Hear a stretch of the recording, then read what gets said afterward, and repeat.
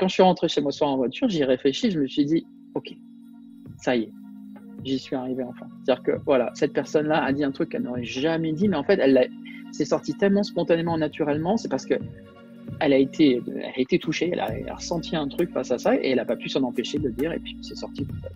Et je me dis, ben voilà. Donc à partir du moment où on touche les gens suffisamment profondément, et ben ils ont ce genre de réaction-là.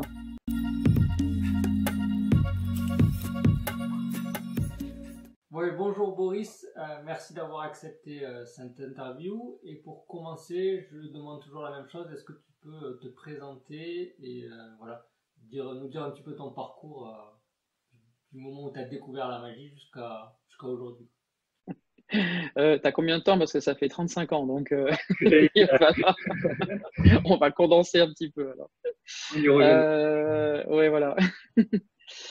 Oui, bah, cette année, je fête mes 35 ans de magie. Donc, j'ai commencé, donc j'avais forcément 2 ans et demi. Voilà. C'est bien, tu y as cru. C'est cool, merci. Donc, non, j'ai commencé, effectivement, j'avais 12 ans. Et puis, à l'époque, je cherchais une activité extrascolaire. Donc, j'ai essayé l'escrime, ça m'a pas plu.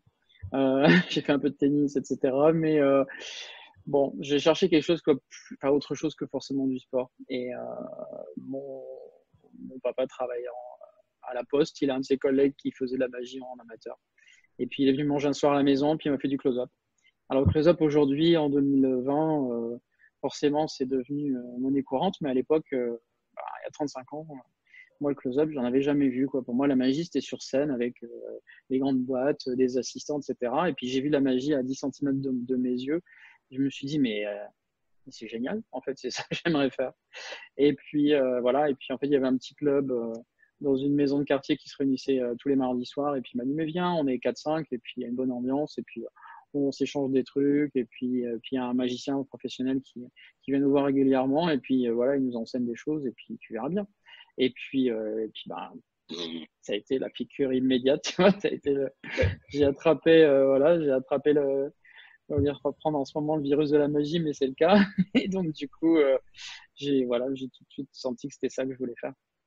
Et puis, voilà, donc j'ai fait mes premières armes dans cette maison de quartier. Et puis, ce magicien professionnel qui venait régulièrement s'appelle Philippe Poirin, devenu mon parrain en magie. J'ai pris des cours avec lui, il m'a fait connaître le Nord Magic Club à l'époque, et donc le club FFAP de Lille, du nord de la France, là où je suis. Et puis, et là, j'ai rencontré forcément d'autres magiciens, des semi-pros, des pros, et j'ai appris qu'il y avait des congrès, des concours. Et puis, j'ai commencé à aller dans les congrès, à faire mes premiers concours. Et puis, d'abord à Bruxelles, à l'IBM, et puis ensuite en France, à la FFAP. Puis, comment ça que j'ai gagné quelques prix. Et voilà, donc du coup, quelques retombées presse derrière. Et puis, les petits galas qui commencent, les fêtes de Noël, les anniversaires, les spectacles pour enfants. Et je fais mes premières armes comme ça, tu vois. Donc, puis pendant des années, je suis resté en parallèle forcément collégien, enfin écolier, collégien, lycéen, et puis en faisant de la magie à côté. Donc ça a été vraiment mes débuts. Donc ça a été mes premières armes, on va dire, pendant une bonne dizaine d'années, jusqu'en 96, qui a été l'année vraiment où je suis, on va dire, né artistiquement. 1996, puisque c'est là où j'ai créé le Kiss Act, avec lequel je me suis présenté au congrès d'Aix-les-Bains, de la FAP. Et là, bim, premier prix de cartomagie et bim, grand prix. Et ça, c'était jamais arrivé avant qu'un cartomane remporte un grand prix. Donc voilà, ça a fait un peu grincer des dents d'ailleurs à l'époque. Et je remercie encore publiquement mon camarade Claude Jean, qui était président du jury et qui a entre guillemets suivi le jury. Et forcément il y avait un peu de tension dans le jury à l'époque parce que tu te rends compte, le gars il vient avec un jeu de cartes, il repart avec le grand prix, tu vois, c'est donc champion de France. Donc et donc non, il fait ouais mais non. Et à chaque fois que je le revois maintenant, Claude, il me dit, Boris, tu m'as donné raison depuis parce que je vois que la carrière que tu as faite et tout, c'est cool. Voilà, j'ai bien fait à l'époque d'aller dans ce sens-là. Et puis, voilà, donc c'est vrai que Aix-les-Bains, ça a été un tournant, hein, donc ce Grand Prix-là. Et puis derrière, les gens m'ont dit, mais oui, on va aller plus loin maintenant. Il y a un truc qui s'appelle Macmillan, congrès avec un concours international à Londres, à l'époque qui se passait tous les ans en décembre. Il faut que tu y ailles. Et puis je l'ai fait, et puis là pareil, quoi, boum, j'ai raflé un prix là-bas, et puis ils m'ont dit, mais tu sais, l'année prochaine, il y a un 97, il y a la FISM. Je fais bon, on va se calmer maintenant, parce que là, c'est les championnats du monde. Je fais, mais oui, mais bon. Puis je me suis dit, bon, après tout, hein, pourquoi pas. Et puis, bah, je suis allé à la FISM et puis, bah, je suis revenu avec un prix aussi en carte. Et puis là, bah, d'un coup, moi, je travaillais à l'époque. Hein, j'étais en responsable marketing à Paris dans une boîte. Et puis bah, du jour au lendemain, il a fallu faire des choix, quoi. Il me dire, bah, bon, allez, c'est peut-être l'occasion pendant 3 ans. Parce que la FISM, c'est tous les 3 ans. Donc, je me suis dit, bah, écoute, pendant 3 ans, je vais voyager, je vais faire des choses sympas dans le monde. Et puis, je vais montrer ce que je sais faire. Et puis voilà. Puis dans 3 ans, il y aura d'autres gagnants à la prochaine FISM. Et puis, bah voilà. Et puis moi, j'aurais profité. Et puis, je veux pas être, tu vois, finir ma vie en me disant, mince, j'aurais dû tenter quand même machin. J'aurais pu pendant au moins quelques années vivre de mon métier, enfin, de ma passion, la magie. Et puis que ça en devienne un métier. Et puis ça a duré 3, puis 4, puis 5, puis 6. Et puis maintenant, ça va faire, depuis 97. Donc voilà, presque, ça fait 23 ans. Donc, Donc du coup, voilà quoi. Je pense à raison à l'époque de faire ce choix qui n'a pas été forcément simple, hein. Parce que c'est vrai que voilà, tout abandonner ça du jour au lendemain pour que la magie, qui est devenue passion, devienne ton métier, c'est pas un choix facile du tout quoi. Alors c'est pas un choix facile dans le sens où les gens disent ah bah oui mais t'avais peut-être peur de pas pouvoir, enfin tu vois, subvenir à tes besoins parce que bah du coup faut gagner ta vie avec et tout. En fait non, moi en fait la plus grosse peur que j'avais c'est ma vision de la magie et mon rapport à la magie qui allait changer. Parce qu'avant, c'était du bonus, c'était fun, c'était des sous en plus, le week-end, le soir, etc. Mais là, d'un coup, non, ça devenait mon principal activité pour gagner ma vie et puis pour remplir le frigo. Et ça, c'est pas facile, quoi, parce que finalement, on n'a plus le même rapport, quoi. On a un rapport maintenant qui est une espèce d'obligation de résultat qu'on n'avait pas avant. Et donc ça, c'était pas simple parce que je me suis dit, faut pas que ça devienne, faut pas accepter tout n'importe quoi sous prétexte que bah oui, maintenant, mais oui, je gagne ça ou rien. Ça, c'est pas forcément un truc évident. Et ça, c'est le seul truc que je peux dire aussi à tous les gens qui veulent se lancer professionnel. C'est vrai que bien réfléchir et bien doser ça, quoi. Et c'est vrai que c'est très tentant d'accepter tout à n'importe quel prix, et notamment au départ, parce que c'est ça ou rien, quoi. Mais à terme, c'est payant de garder une ligne directrice, c'est d'essayer d'être bien droit dans ses bottes en se disant non, ce que je fais, ça a un coût et je vais assurer un certain niveau de qualité. Et mon rapport à la magie, il faut pas qu'il change non plus à ce niveau-là, quoi. Donc voilà. Et puis après, voilà, sur ces 20 dernières années, effectivement, ça a été un peu beaucoup de voyages dans le monde et puis exporter la magie française, ça j'en suis fier aussi, et puis d'apporter une espèce de French touch avec mon style un peu voilà lié à l'émotion et voilà un truc qui peut être un peu très très français même parfois, mais en même temps que j'ai cultivé avec plaisir parce que c'est aussi ce que les gens attendaient et puis aussi c'est quelque chose qui me correspond quoi. Ok, non, mais je voulais pas couper la parole, mais voilà. Il y a pas mal de choses. Je pense qu'on va revenir sur plusieurs points, mais du coup, comment parler sur la bascule en fait pour devenir professionnel, c'est vraiment intéressant parce que souvent quand les gens posent la question, ils parlent d'un point de vue oui financier en fait. Et là vraiment oui on va dire de distinguer le côté financier et la passion et se dire mais la passion on va pas forcément rester et on va pas avoir la même approche, ça va être de l'alimentaire et donc voilà je fais parce qu'il faut faire en fait j'ai pas le choix donc c'est vachement intéressant. Bon après il y a le côté aussi tarif, je sais pas si on peut parler ou pas parce que c'est toujours un sujet on va dire tabou. Après oui c'est tabou sans l'être parce qu'effectivement ce qu'il faut c'est être surtout faut être raccord avec sa vision de la magie et avec ce qu'on veut proposer aux gens.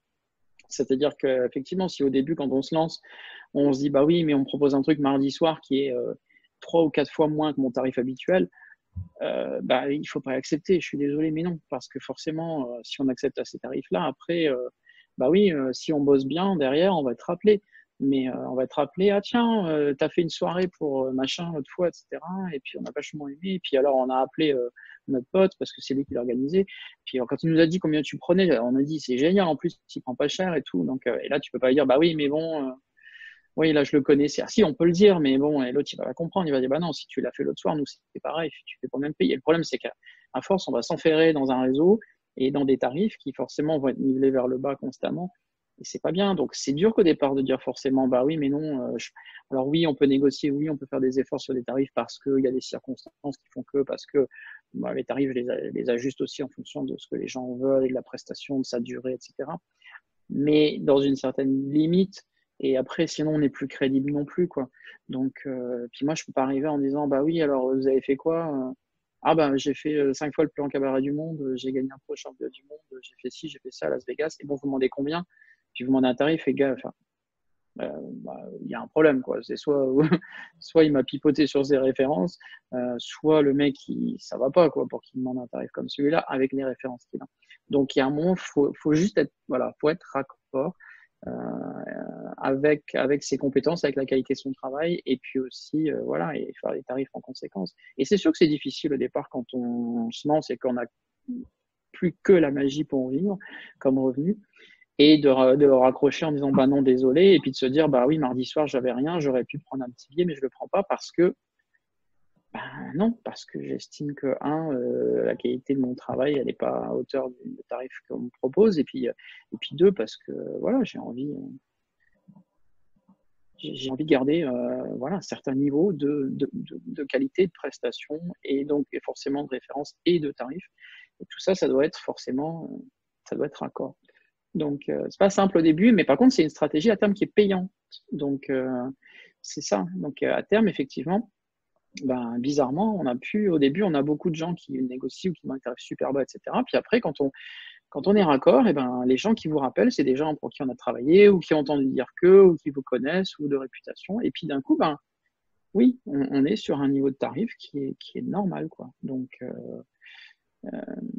et voilà, alors c'est sûr que ça prend un petit peu de temps et qu'entre deux, il faut parfois un peu serrer les dents, mais franchement, moi j'exhorte tout le monde à essayer de rester le plus possible dans cet esprit-là, parce que sinon, effectivement, après, c'est pas une bonne chose ni pour soi, ni pour le marché magique, ni pour les collègues, etc., quoi.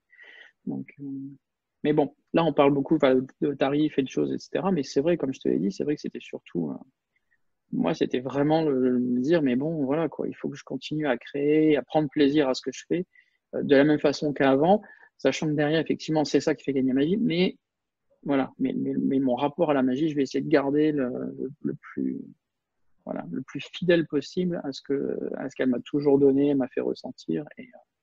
Et là aussi, c'est un travail sur soi, hein, donc, mais ça, c'est important. Enfin, c'est vraiment très important parce qu'encore une fois, sinon après, ça devient, comme tu l'as dit tout à l'heure, alimentaire où ça devient, bon, de toute façon, c'est pas grave, allez, hein, je vais y aller, je vais faire ça et puis, de toute façon, puis voilà. Bah oui, mais à terme, c'est pareil, c'est pas bon parce que on garde pas une réputation, on tient pas la durée ni le temps, quoi. Parce que c'est ça, hein, quand on est artiste, hein, que ce soit en magie ou ailleurs, on le voit bien dans d'autres domaines artistiques, la chanson, le cinéma, etc. Voilà, l'idée, c'est de durer dans le temps, quoi. Les grands artistes, ils durent 5, 10, 20, 15, 20 ans et plus. Et c'est pas des feux de paille on voit partout pendant 2, 3 ans, et puis d'un coup, pouf, disparu, sans magie d'ailleurs. Mais donc ça, voilà, durer dans le temps, encore une fois, c'est le secret. Et si on se tient à une certaine discipline et si on est raccord avec ses principes, euh, bah, ça marche, la preuve. Oui, et puis c'est lié, en plus, enfin, je pense que, enfin, selon moi, les deux sont liés, c'est-à-dire que quelqu'un qui va aussi se dévaloriser et avoir, on va dire, des petits cachets, il va devoir en faire plus, donc il va aussi avoir moins de temps pour, voilà, travailler sur des choses, créer. Ah oui, Du coup, c'est ça aussi qui peut peut-être perdre la passion parce qu'il va se dire, il faut que je fasse, il faut que j'enchaîne les dates, donc exactement. Oui, voilà, c'est ça. Il y a un moment, oui, il faut voir. Alors, c'est pas forcément la quantité versus la qualité, mais d'un autre côté, c'est certain que, ouais, malgré tout, remplir son agenda avec plein de petites choses, mais enfin, moi, je préfère en faire 2 fois moins, qui soit dans des lieux ou dans des endroits ou dans des conditions plus sympas et au final qui soit mieux payé aussi. Bah, quelque part, tu vas forcément faire aussi bien, si ce n'est mieux que les autres, et tu travailleras et tu auras l'impression aussi enfin, je sais pas, d'avoir mieux pas travaillé, mais en tout cas, te sentir mieux dans ce que tu fais et te sentir plus valorisé aussi. Et c'est vrai que, voilà, quoi, c'est bizarre, mais bon, c'est en général, voilà, si tu, voilà, si t'as bien, si les gens ils veulent t'avoir toi et parce qu'ils voient tes références, ils sont prêts à payer ton tarif, etc. Ben bizarrement quand tu arrives, t'es accueilli, t'as une bouteille d'eau backstage, tes machins, etc. Alors que voilà, que si t'es, il y a des exceptions bien sûr, mais des fois voilà, quoi, ah oui une loge machin à boire, ben allez au bar là-bas, enfin tu vois c'est vrai quoi. Donc il y a un moment, voilà tout quand tu gardes et tu essaies de garder un certain niveau, tout va avec en fait quoi, grosso modo. Oui, oui, oui. Et juste une dernière chose, et puis après on passera à un autre point, mais, mais alors là, peut-être, voilà, du coup, comme c'est une clientèle différente, mais est-ce que du coup, depuis toutes ces années, je suis désolé, euh, il y a eu une évolution, voilà, au niveau des tarifs, parce que voilà, est-ce qu'on voit un changement ou pas? Bah alors oui et non, c'est-à-dire on s'adapte forcément au marché, on s'adapte forcément aussi à la concurrence, c'est un peu un grand mot, mais je veux dire, voilà, quoi, on voit à peu près comment on se situe dans un certain niveau de marché et sur une certain type de prestation. Alors oui, ça évolue. Après, il y a des choses qui font que, comment dire, il y a des choses qui font aussi que ça change dans le sens où si tu as certaines références, bah oui, forcément, il y a des magiciens qui font beaucoup de télé, etc., et qui sont forcément devenus beaucoup plus médiatiques et beaucoup plus demandés aussi. Et quelque part, c'est voilà, c'est logique que derrière, et ça a un impact sur leur tarif, ce qui est évident. Moi, de mon côté, je t'avoue, j'ai toujours essayé de rester le plus, enfin voilà quoi, le plus dans les normes possibles quoi. C'est-à-dire que d'accord, j'ai des références, mais à côté de ça, je vais pas, enfin, voilà, je vais pas assommer un client sur un tarif parce que voilà quoi. Et puis parce que aussi, voilà, on est dans un marché aussi qui est très concurrentiel aussi d'une certaine façon, et que voilà. Après, quand des gens veulent t'avoir toi, c'est différent. C'est-à-dire qu'ils t'appellent toi. Ils disent je veux Boris. Bon, ils appellent pas genre ah oui j'ai besoin de 3 close-ups ce soir, donc si t'es pas dispo, ils en appelleront un autre. Donc voilà. Mais après, quand tu arrives à un moment où effectivement les gens te disent ah non mais moi je veux toi, donc là c'est voilà, là en général c'est gagné et c'est plutôt ça qui est intéressant aujourd'hui, c'est de savoir qu'effectivement les gens t'appellent pas parce que tu es le troisième sur la liste des close-up qu'ils ont trouvé sur Google, mais parce qu'ils veulent t'avoir toi à la soirée, parce qu'ils t'ont vu, parce qu'ils t'ont été recommandé, parce que pour des tas de raisons quoi. Donc voilà. Et donc là forcément bah oui derrière, tu sais que voilà, ton tarif, ça va pas être le même que le petit jeune qui a 10 mois de magie et qui a un 7,5 de close-up par table. Et enfin, voilà, donc, ce qui est logique. Et, euh, et puis après, ça dépend aussi de ce que les gens veulent. Et puis, ça dépend du type d'événement aussi. Enfin, c'est assez complet de toute façon. Mais non, je pense il faut savoir rester raisonnable parce que de toute façon, au final, les gens, ce dont ils se souviendront, c'est qu'ils ont passé un super bon moment et que voilà, ce qu'ils ont, entre guillemets, déboursé pour t'avoir, c'était juste et voire même c'était plutôt un bon rapport qualité-prix et que derrière, ils seront plus enclins à te recommander et derrière à te faire, voilà, à te faire de la promo en bouche à oreille parce que mine de rien, ça reste toujours ça, hein, le meilleur. Même à l'heure du web aujourd'hui et des réseaux sociaux, tout ce que tu veux, c'est quand des gens t'ont vu en live et que tu as laissé une carte ou que tu as pris les coordonnées qui te rappellent ou qui t'appellent un jour parce qu'ils t'ont vu et qui t'ont retrouvé. Bon, voilà quoi. Ça restera, ça changera jamais. Ok, bon, mais c'est super. Alors, je vais poser la question que je pose normalement plus tard, que je pose à tout le monde. Et du coup, ça s'apprête bien. C'est, pour toi, qu'est-ce qu'un bon magicien? Ah, qu'est-ce qu'un bon magicien? Écoute, euh, pour moi, un bon magicien, c'est simple. Alors, c'est la réponse que je vais te donner, tu vas dire, bah oui, ça paraît évident. Un bon magicien, pour moi, c'est quelqu'un qui fait de la magie. Pas qui fait des tours, mais qui fait de la magie. Et qui fait en sorte que les gens ressentent la magie. C'est ça, moi, pour moi, un bon magicien. C'est